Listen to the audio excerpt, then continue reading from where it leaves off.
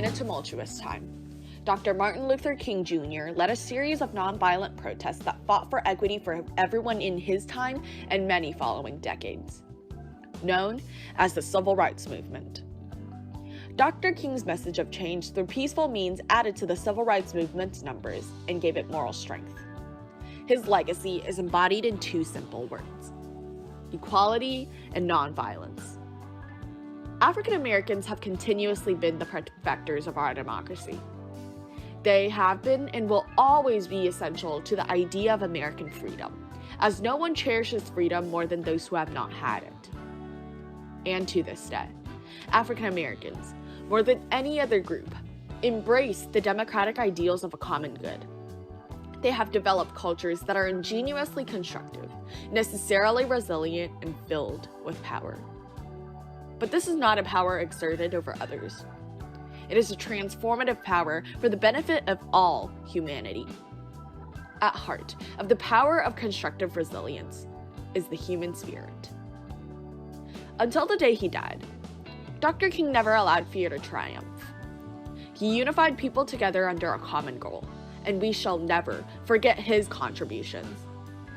The purpose of celebrating his birthday is to provide an annual opportunity for all Americans to reflect on the values he dedicated his life to advancing: equality, justice, and nonviolence.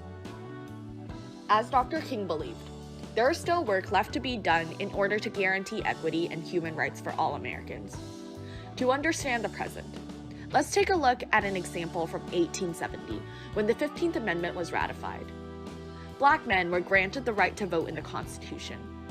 A triumph was achieved, but the people who had fought so hard for the right to vote didn't always get to exercise that right.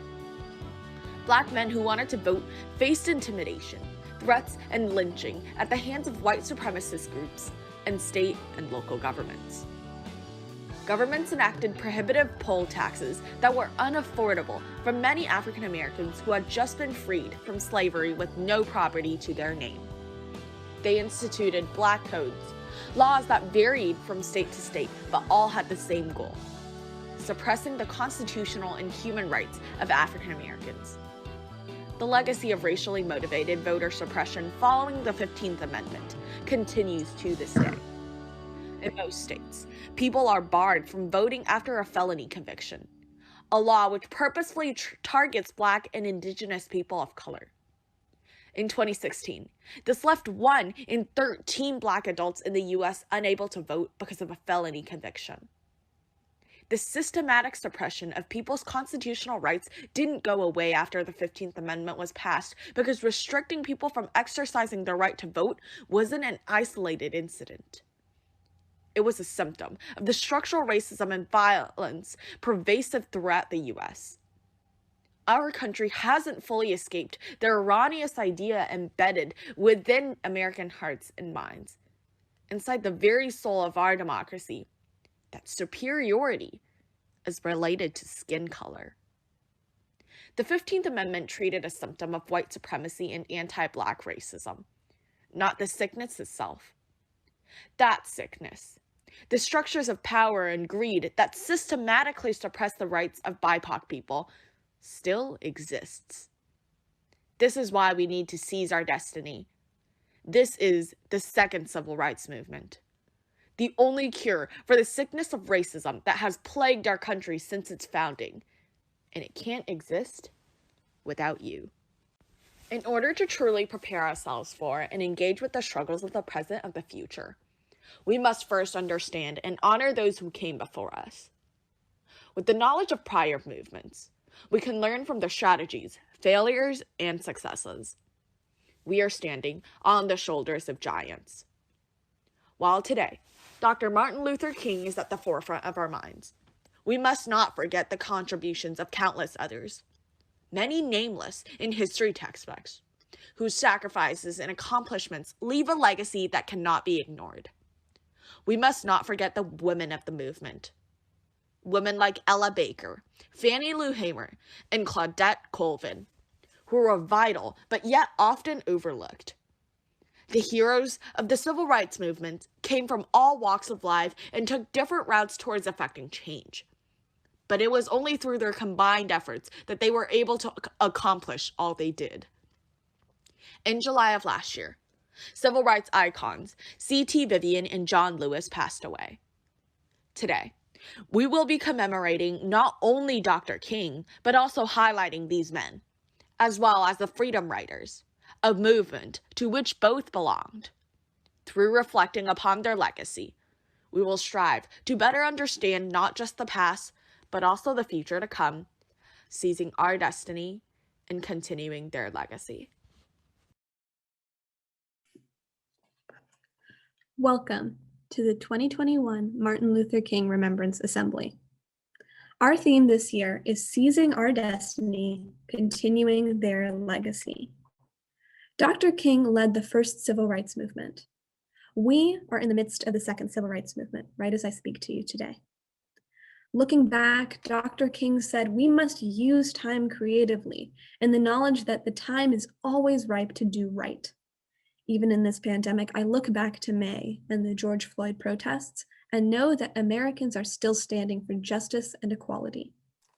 He said the past is prophetic and that it asserts loudly that wars are poor chisels for carving out peaceful tomorrows. I look to how our country has come together by staying apart, protecting each other from a 6-foot distance. He said that change doesn't roll in on the wheels of inevitability, but comes through continuous struggle.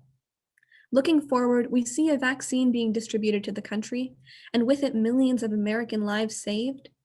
But we also see thousands dying every day as the promise of a second wave looms large.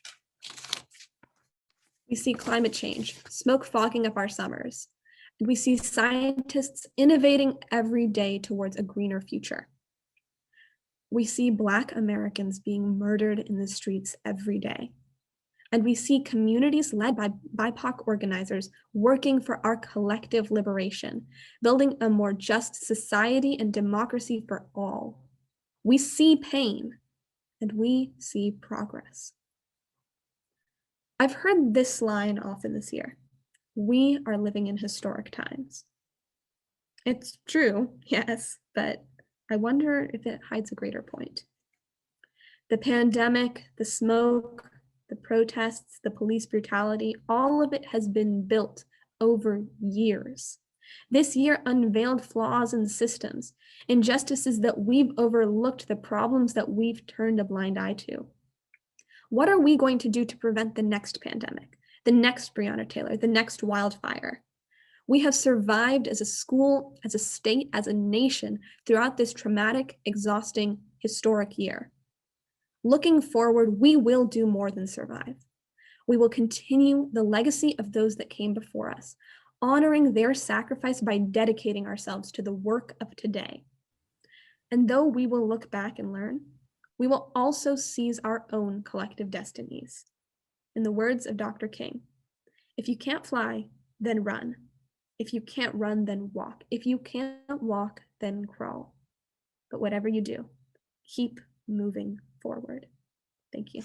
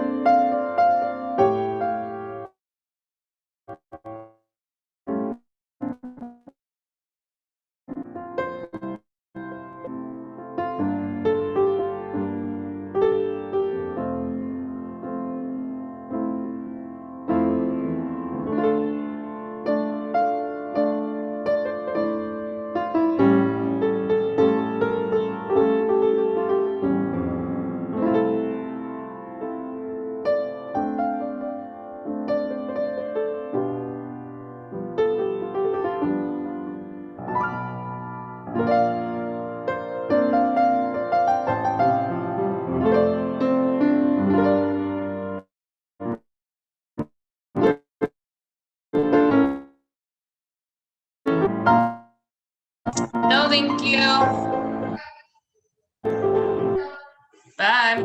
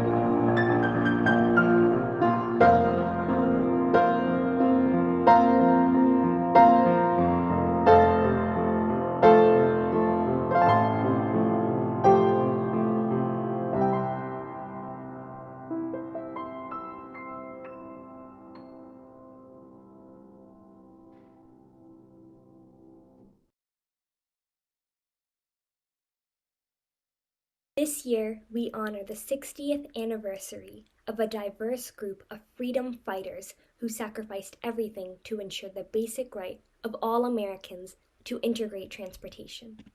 In 1960, a federal law was passed that we could not separate people on skin color in transportation across state lines.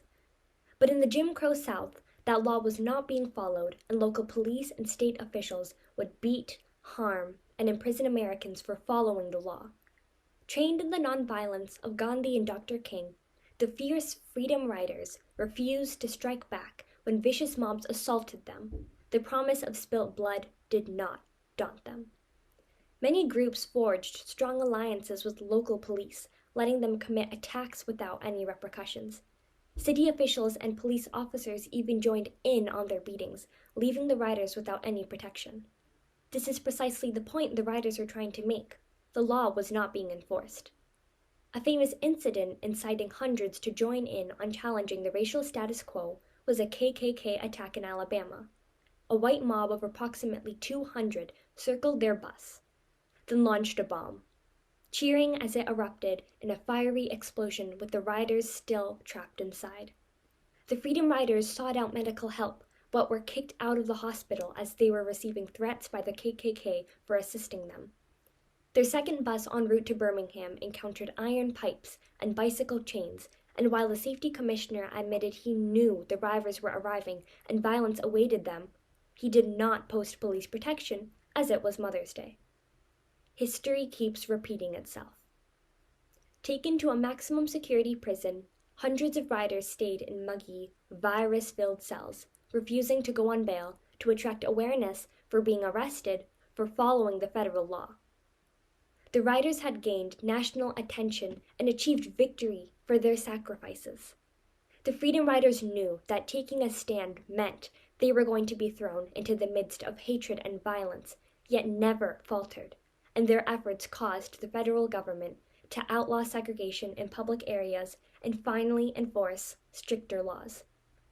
Freedom Rider Diane Nash said, "There is a source of power in each of us that we don't realize until we take responsibility. That's their gift to us when forging our own legacy. Each of us has the power to call out inequalities and bravely rise to action. And every one of us has the responsibility to use that power in creating a legacy where we take a stand for equality. Vivian was a minister and a key leader in the civil rights movement, working with Dr. King as one of his closest advisors. One of his famous quotes is, "Leadership is found in the action to defeat that which would defeat you. You are made by the struggles you choose." C.T. Vivian. In Alabama in 1965, he challenged Sheriff Jim Clark when he was disenfranchising Black people from voting. Upon the scene, Vivian said, "You can turn your back on me, but you cannot turn your back upon the idea of justice. You can turn your back now and you can keep the club in your hand, but you cannot beat down justice. And we will register to vote, because as citizens of the United States, we have the right to do it." When the sheriff beat Vivian to the ground in response to his words, this man got right back up. With his work on the Student Nonviolent Social Committee and March of Selma, he, along with others, helped make Voting Rights Act of 1965 a reality. The act helped African Americans and all Americans better secure their right to vote in a democracy. Unfortunately, on June 25, 2013, the act was overturned for being unconstitutional. We need to continue fighting this unjust decision and make sure that the work of C.T. Vivian's and others was not momentary.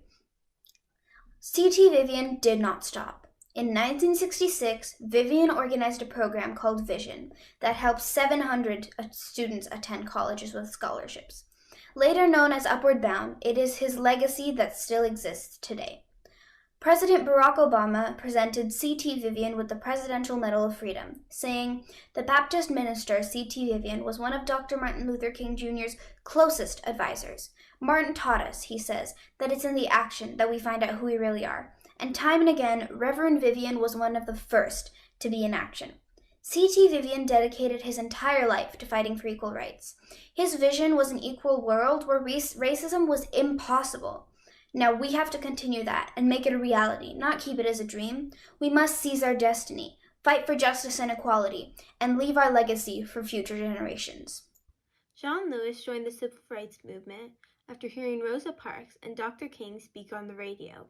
He wrote a letter to Dr. King, and King summoned him to come join the movement. John Lewis rose to the call of action and didn't stop until his death. He fought for integration and equal opportunity for Black Americans who were citizens of a nation without rights to citizenship of that nation. They were living under the constant threat of violence and suppression, economic, political, and social. By the age of 23, John Lewis was recognized as one of the Big Six, meaning he was one of the 6 most important leaders of the civil rights movement. He also organized the Student Nonviolent Coordinating Committee, or the SNCC. He was a key organizer for the March on Washington. He also organized the march from Selma to Montgomery to fight for voting rights. This was later known as Bloody Sunday due to the violence by police on peaceful marchers that occurred on the Edmund Pettus Bridge. In every one of the 55 years after that incident, John Lewis has crossed the bridge. After his death, his casket was even pushed over the bridge, deemed the last time John Lewis would make a stand against violence and racial injustice. From Selma to Washington, D.C., from Troy to Montgomery, John Lewis made a difference. John Lewis was arrested 45 times while peacefully protesting. He kept his belief in nonviolence regardless of the hate and violence that he faced. He was known to say, "Sometimes you have to get in the way and get in good trouble, necessary trouble, to make a way out of no way." John Lewis found a way. John Lewis served in the House of Representatives for Georgia's 5th Congressional District until the day he died. While honoring John Lewis with the highest civilian honor, Barack Obama said, "He is the conscience of the United States Congress, and when parents teach their children what is meant by courage, the story of John Lewis will come to mind."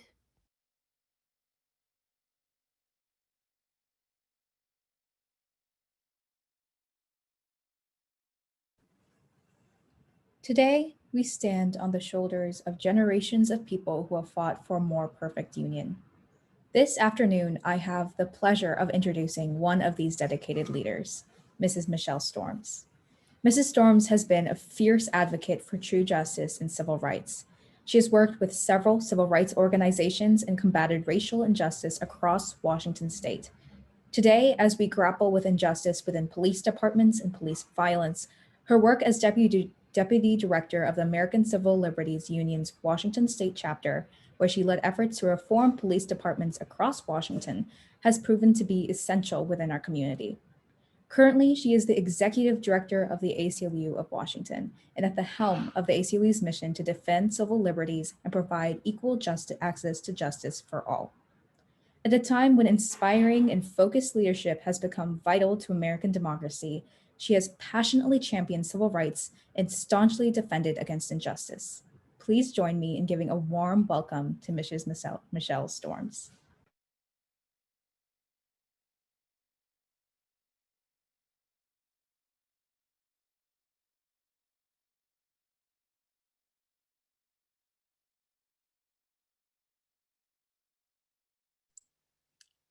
Good morning, everyone. Martin Luther King lived in some seriously challenging times, as you have seen through this beautiful presentation that your peers have provided. The injustice toward Black people was extreme. Conditions for people living in poverty, truly horrible. And many other factors caused him to say these words, that we are now faced with the fact that tomorrow is today. We're confronted with the fierce urgency of now. In this unfolding conundrum of life and history, there is such a thing as being too late. This is no time for apathy or complacency. It's a time for vigorous and positive action. We're living in similarly troubling times, perhaps even more troubling in some ways. Many of us are eager for change and for that vigorous and positive action. So in honor of Martin Luther King today, I'd like to talk a little bit about where we've been and where we are now, what's at stake for us in this moment in time, and what it takes to truly have beloved community, which is something that Martin Luther King talked about a great deal. But first, I want to talk to you about my grandmother, my dear. We called my grandmother dear. And this is a picture of her. She was born in 1920 outside Jackson, Mississippi, in total poverty and in the midst of total racism. She often was hungry in the morning. She did go to school, but as early as the age of 8, she was also working and cleaning the homes of white families, because as the oldest of the children in her home, she had to help. And she had a really challenging life from the very beginning. But also, as you can see in this photo, she had such a spirit of joy and intelligence. She was amazingly creative. You might chuckle at that dress that she has on, because it's not a style we have today, but it's a dress that she made herself. She could make hats, she made dresses, and she could sing like a bird. And she had a vision for her family. She had a vision for her family to rise out of poverty and to rise out of and away from brutal discrimination. And with that dream, she did something that many other Black people did in this country. She left the South with her children and traveled first north and lived in Chicago, where they still were living in the projects and in very difficult poverty, and then ultimately moved west to San Francisco, and that's where I was born. I'm the first person in my family born on the West Coast, and the first generation of my family that didn't wake up hungry. Being on the West Coast didn't mean there was no longer any racism, but it finally positioned our family better economically. Why did Black people make this journey, and how does it relate to the things that are happening? Well, as you all already very beautifully and powerfully observed, our country's roots are rooted in exclusion and colonizing. And it began with the stolen land of Indigenous people and the genocide of Indigenous people. It went on to the forced enslavement of Black people who were brought without their consent from the continent of Africa. And this country, the wealth of this country is built on the backs of that unpaid labor and built on the land that was stolen. And it's important to articulate that, and you all have beautifully done that already this morning. It's important to articulate that because it helps us to understand who we really are as a country and where we need to be accountable, where we need to make repair, and how we need to go forward. So on this basis, then we have a country where for Black people, Indigenous people, for people of color, but particularly as we talk about the civil rights movement in the context of the experience of Black people in the United States, many battles had to be fought. And you beautifully articulated so much of that already. The freedom riders needing, working to integrate interstate bus routes, so many protests and marches for integrating to get rid of these bathrooms for Blacks and bathrooms for whites. And here in this photo, I want to make note that this is a high school student who's being attacked by a dog. There were many other photos of this incident, some more disturbing this one. Dogs were often called out on Black people who protested, and this young man stood still and strong in the face of that.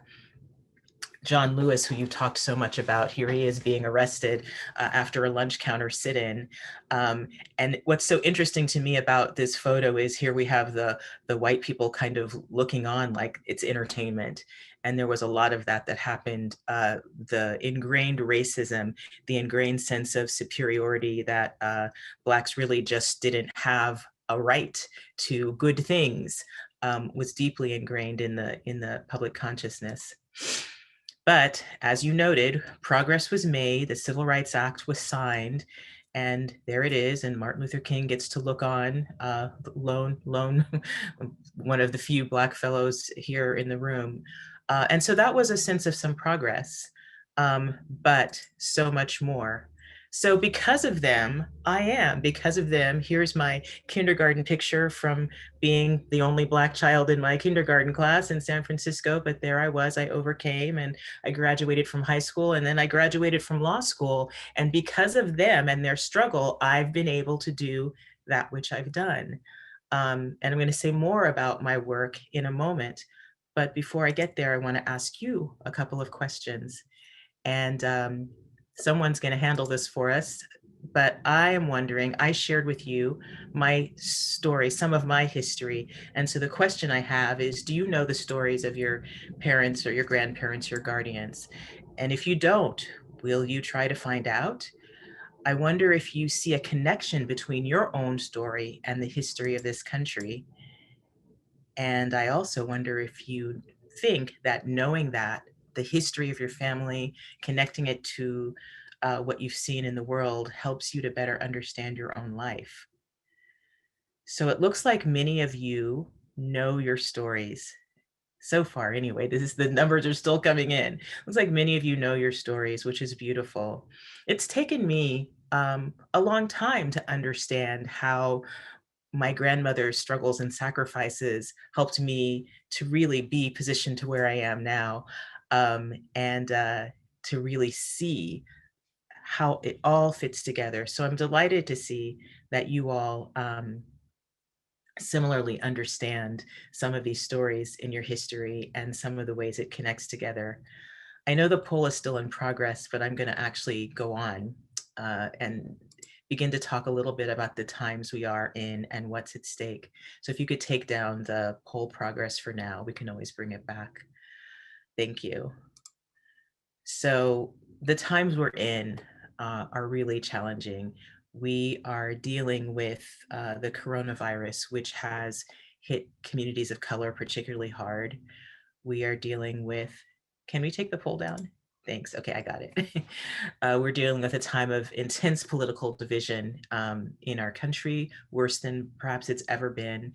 economic impacts where literally right now, something that is happening is that people who are mega rich, the billionaires, are becoming multi-billionaires at the same time that with coronavirus, many people have lost their jobs, many people have lost their businesses and are becoming less well advantaged economically than they were before.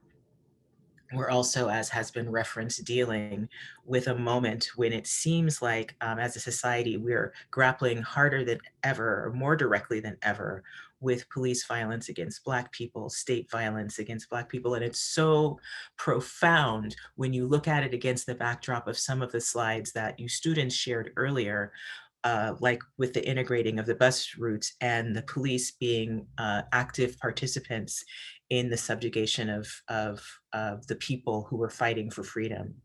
And then, of course, referring back to my slide, our earth literally and actually being on fire in this moment. So there is much at stake. A friend of mine, this is for you science lovers, a double helix, the strands of coronavirus and racism and how they're linked together by all the disparities that so many people are experiencing in our country because they are low income or because they're people of color, or because they're immigrants who have been just trying to get to safety and have a better life in this country. So we're in a state of triple pandemics, and maybe it's more than triple, right? So many things that the coronavirus has given us right now, a devastating impact on people of color, a rise in anti-Asian racism because of the perception that somehow China was responsible for the virus, indigenous communities, truly the hardest hit of all. This is where we are right now. This is what's at stake. We're still dealing with families, immigrant families that are separated. There are children and parents who are still hoping to find each other and may not because our country separated them and we don't know where the people are. We're dealing with the land, the sacredness of the land and the indigenous people stewarding the land and trying to fight back against pipelines and have us acknowledge that water is life because it is. And of course, there has been much religious hatred toward Muslims. There's been anti-Semitism. This is our backdrop in this moment. And again, this flows from the legacy of our country's origins, which I don't say to say hate the country. I say to say understand our country so that we can build the place that we can love and honor and respect. So we go through these challenges to have freedom. And then we also face the challenge of the greatest challenge at all of democracy. So this country built on this idea of freedom originally from British rule, freedom for all people as articulated in the Constitution, even though it was never meant to apply to all people. And in this moment, we have a large swath of the country that believes an election was stolen and that it's okay to fight back by trying to overtake the Capitol. This event that took place in our country just a couple of weeks ago highlights the fact that we have so much work to do to truly be free. So let me tell you a little bit about the ACLU and about the work that we're doing in trying to confront these issues of our times. If you don't know much about the ACLU, the American Civil Liberties Union, it is an organization that's been around for now 101 years. We had our centennial last year. We're not partisan. That means we're not for the Democrats, we're not for the Republicans. In fact, as an organization, we have filed lawsuits against the government. We filed lawsuits during the Obama administration. We filed lots of lawsuits during the Trump administration. And as I've said to people, we might have to file a lawsuit against the Biden administration because when the government acts in a way that takes away the rights or the liberties of the people, the ACLU is an organization, that's our tradition, that's what we fight back against. We've had so many landmark victories for free speech. We fought against the internment of Japanese American people. We fought for students to have the right to wear Black armbands when they disagreed with the Vietnam War. We fought for equality and freedom for lesbian, gays, and transgender people to serve in the military, to be able to marry. And those are the things that we've done. We have a national office in New York, and every state has an affiliate, including Puerto Rico and District of Columbia. So as I said, separation of religion of government, due process, equal protection. The bottom line is fair treatment by government for all people, consistent with what the words of the Constitution says, knowing that the Constitution was written, not meant to apply to Black people, not meant to apply to women, but us affirming now and always that we will fight to make the Constitution be applicable to all people who are inside this United States, regardless of your immigration status, regardless of your race, regardless of your gender or no gender. You are who we are fighting for. The range of issues that we address, everything from voting rights, reproductive justice, policing, and so on. Because if there's a constitutional right, then we may have to fight for it. And so I want to talk about our advocacy tools. And give you something very specific, because you talked a little bit about policing. So, we file lawsuits, you probably know that. We also advocate in legislatures for fair laws, and we encourage and support activists in their ability to protest or raise issues. We provide Know Your Rights information, and we have events so that people can learn more about it. Many schools, high schools, have ACLU clubs, and we try to also share information with young people. To give an example of how all of these advocacy tools come together in a moment that we're dealing with right now.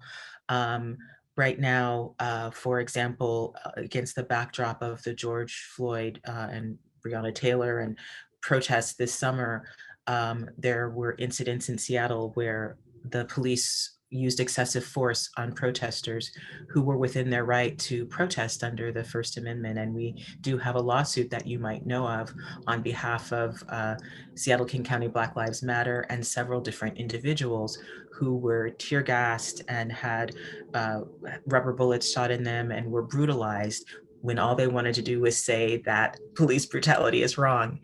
And that is a lawsuit that's currently pending in district court here in Washington State.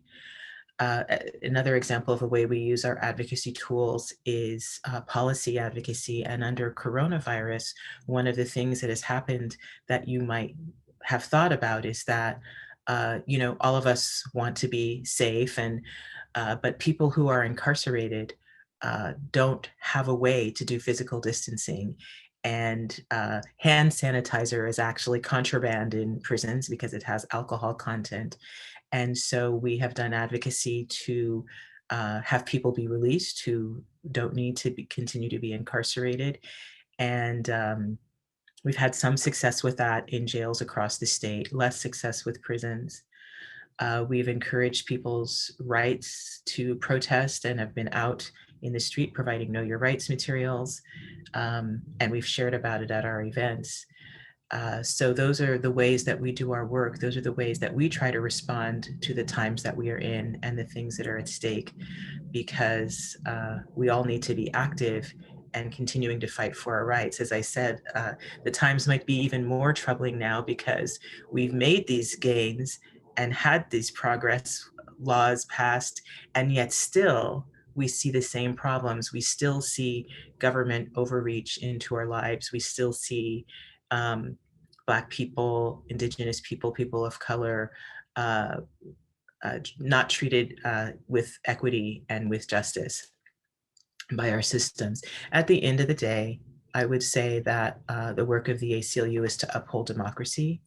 It is so that everyone has a voice through their vote, through their ability to take to the streets peacefully, and to assert their rights. Again, whatever those rights might be, to marry, to have full autonomy over their body, to express their gender as they see fit, to live in spaces and not have to live in fear because of skin color or gender identity or anything like that. So that is our work. It's about democracy. So I'm going to ask some more questions for you.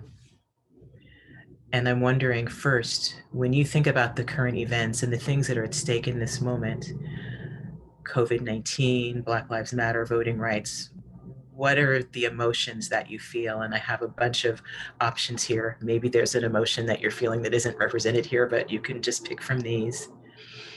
I'm also wondering, for those of you who are your students, your young people, do you think that middle school and high school students can actually do things to address the problems you see in your communities?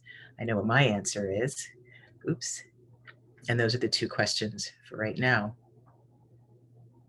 Okay, I like how this is unfolding. I especially like the answer to number 2. So far, most of you believe that you as young people can address problems, and I believe that too. And I know it's right because I see you doing it. So that's wonderful. I also appreciate how many of you feel motivated to take action, and I understand, empathize, and share with you the feelings of anger and anxiety. It's been an incredibly difficult time, right? There's been so much happening. And I think especially for those of us who are part of communities that have been made marginalized or been oppressed by systems, it's been a time that is fearful. But anyway, I love that motivated to take action is the winner. And that's good. So we're gonna move on now to talk about beloved community, which is my final thing. And I want to say Martin Luther King talked about beloved community, and beloved community isn't like a magical unicorn rainbow land where we're all just happy all the time.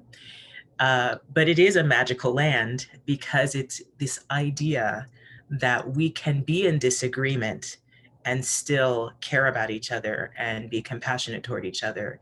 It is an idea that our standards are such that we will not tolerate hunger, poverty, war, brutalizing of each other, right? So it is this shared commitment to people having their needs met. It is a shared commitment to live in harmony, even if we have different viewpoints. And that is a big piece of what beloved community is all about. It is something that we have to work for individually and collectively, individually as individual humans, collectively in our schools, in our homes, and then out toward our broader systems. And anyone can do that work. One of the things that we've thought about a lot at the Washington affiliate of the ACLU is how do we, and we haven't talked about it necessarily in terms of beloved community, we have talked about it in terms of equity and race equity. We're an organization that fights for people's rights, but at the same time, like all institutions that we have in this country, whether it's education or law as an institution, all of the institutions are infused with the legacy that we've talked about, from stolen land to slavery to segregation and exclusion. And so if we don't examine that, we can't completely fulfill our goals to have freedom for everyone. So we began to embark on a journey as an organization to look at, do we do our work in a way that actually leads toward liberation, or do we reinforce notions of supremacy and superiority? So we engaged in a retreat. We've created a roadmap for ourselves to be an anti-racist organization. We've looked at our internal policies to identify, are these policies that liberate us, or are they infused with institutional racism or supremacy? So we've been engaged in that so that we can have the accountability that precedes healing and that precedes restoration. And so that's some of the work we've been doing. And I think to achieve beloved community, it does require each person to do their own work of confronting how biases and systems get in the way of each one of us being able to work toward true liberation. And I feel like that is what Martin Luther King was absolutely talking about. So I want to ask a couple questions and then I'm going to wrap up. So I wonder if you've done any thinking about beloved community, and do you have a vision for that? I wonder if you agree with me that the positive change starts with each person doing their own individual work.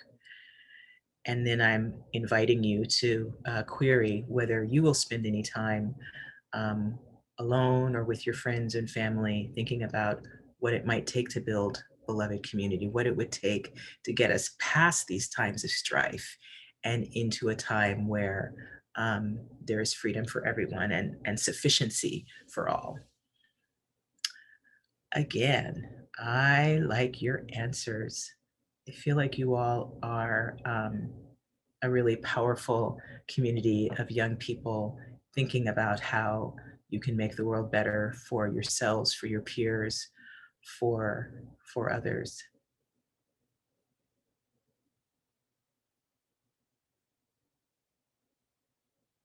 Okay, so beautiful, another beautiful poll. That's the last one. Thank you so much for participating. So in doing the work of fighting for freedom for people, you lose a lot. You win, and wins are great, but you also lose a lot. And sometimes you win, like the passage of the Civil Rights Act in 1964, and you still have problems because even now, as I think you guys referenced earlier, voting issues are voter suppression still exists.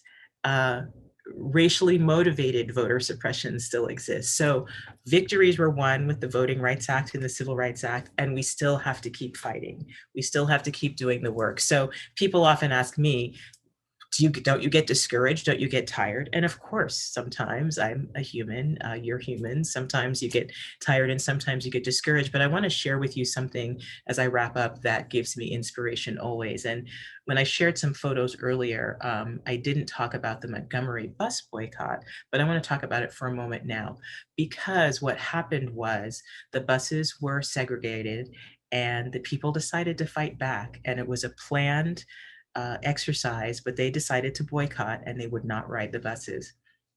And this had a huge impact on the Black community because they needed the buses to get to work. Many people were domestics. They worked to clean folks' homes or they worked in factories, and these places were not near where they lived. So the bus was vital to them. By choosing collectively to not give their economic power to the buses and to fight back in this way, they had to walk. And these were people who already had 10 and 12-hour jobs, and now they had to add an extra hour going and an extra hour coming back to walk. And some people had cars and they did ride sharing, but they walked and walked and walked every single day for 381 days. That's how long that bus boycott lasted. And so when I think about it, and when I look at these photos, day in, day out, no matter the weather, walking to work every day for 381 days, I say, I can do anything because they did that. And so that's something that provides me support and motivation as we go on. And the other thing is, I'm just going to drop in His Holiness, the Dalai Lama, for a moment to say that I feel so strongly that we have to develop our hearts, a heart for justice, our heart for freedom for each other, and to never give up, to never, ever, ever give up. So know your story, know our collective stories, know your values, build your community a person at a time, and build a world where there's truly freedom and truly equity. And let us be those creative dissenters who will call our beloved nation to a higher destiny, to a new plateau of compassion, to a more noble expression of humanness. Thank you so much for letting me share with you today. You all are wonderful. Thank you. Thank you. Thank you. So much. Thank you. Thank Thank you. you. Thank you. Thank you so much. Thank you. Thank you. Thank you. Bye. Thank you. Bye. Thank you. So if you can stay, we have just two little quick closing, if you are able to stay. and we'll close off. Yeah, so thank you first to Prayer at Doss for his piece titled A Song for You by Donny Hathaway on the piano. And secondarily, thank you to Mrs. Storms for your amazing presentation. So throughout the rest of this academic year, we're going to continue our theme of seizing our destiny by continuing their legacy, hosting required sessions to continue this work. We'll be bringing speakers to do workshops every month for the rest of the year. So while so many revolutionary leaders are no longer with us, their impacts continue to live on. From the Black Lives Matter movement marches this summer across the country, an increase in political activism, and historical highs in voter turnout rates, we're living in an era of great social change. Dr. Martin Luther King Jr. reminds us that the great question facing us today is whether we'll remain awake through this world-shaking revolution. There would be nothing more tragic during this period of social change than to allow our attitudes to sleep while this tremendous social change takes place. Now is the time to make justice a reality for all of God's children. These words remind us that until racism no longer plagues our society, we must continue to fight for rights and advocate for equity. With the recent passing of John Lewis and C.T. Vivian, it is time for our generation to accept this metaphorical helm of justice. Let us stand up. Let us be a concerned generation. Let us remain awake through the Great Revolution. We, in the final analysis, can gain consolation in the fact that at least we've made strides in our struggle for peace and in our struggle for justice. We still have a long, long way to go, but at least we've made a creative beginning. This is our call to action. It is our responsibility to continue their legacy. We must recognize and work to create the equal world they've always wanted. It is time to seize our destiny. And now we'll end today with a presentation of John Lewis's final words in his address to the American people. Thank you. While my time here has now come to an end, I want you to know in the last days and hours of my life, you inspired me. You filled me with hope about the next chapter of the great American story when you used your power to make a difference in our society. Millions of people motivated simply by human compassion laid down the burdens of division. Around the country and the world, you set aside race, class, age, language, and nationality to demand respect for human dignity. That is why I had to visit the Black Lives Matter Plaza in Washington. Though I was admitted to the hospital the following day, I just had to see it and feel it for myself, that after many years of silent witness, the truth is still marching on. Emmett Till was my George Floyd. He was my Rashard Brooks, Sandra Bland, and Breonna Taylor. He was 14 when he was killed, and I was only 15 years old at the time. I will never ever forget the moment when it became so clear that he could have easily been me. In those days, fear constrained us like an imaginary prison, and troubling thoughts of potential brutality committed for no understandable reason were the bars. Though I was surrounded by two loving parents, plenty of brothers, sisters, and cousins, their love could not protect me from the unholy oppression waiting just outside that family circle. Unchecked, unrestrained violence and government-sanctioned terror had the power to turn a simple stroll to a store for some Skittles, or an innocent morning jog down a lonesome country road into a nightmare. If we are to survive as one unified nation, we must discover what so readily takes roots in our hearts.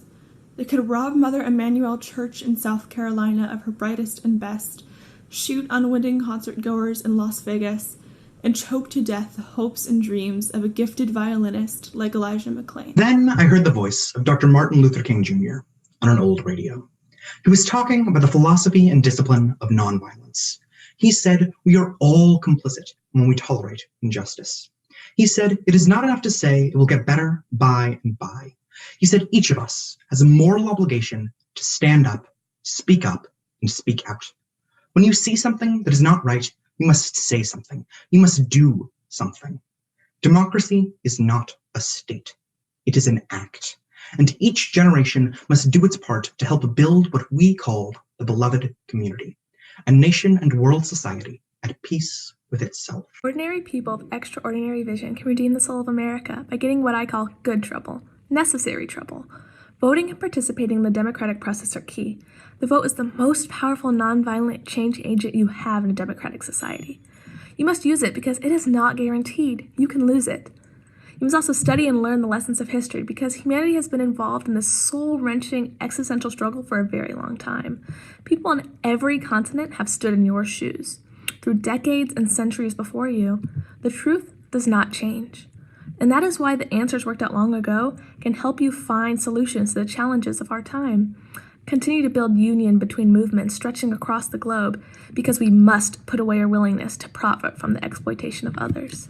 Though I may not be here with you, I urge you to answer the highest calling of your heart and stand up for what you truly believe. In my life, I have done all I can to demonstrate that the way of peace, the way of love and nonviolence is the more excellent way.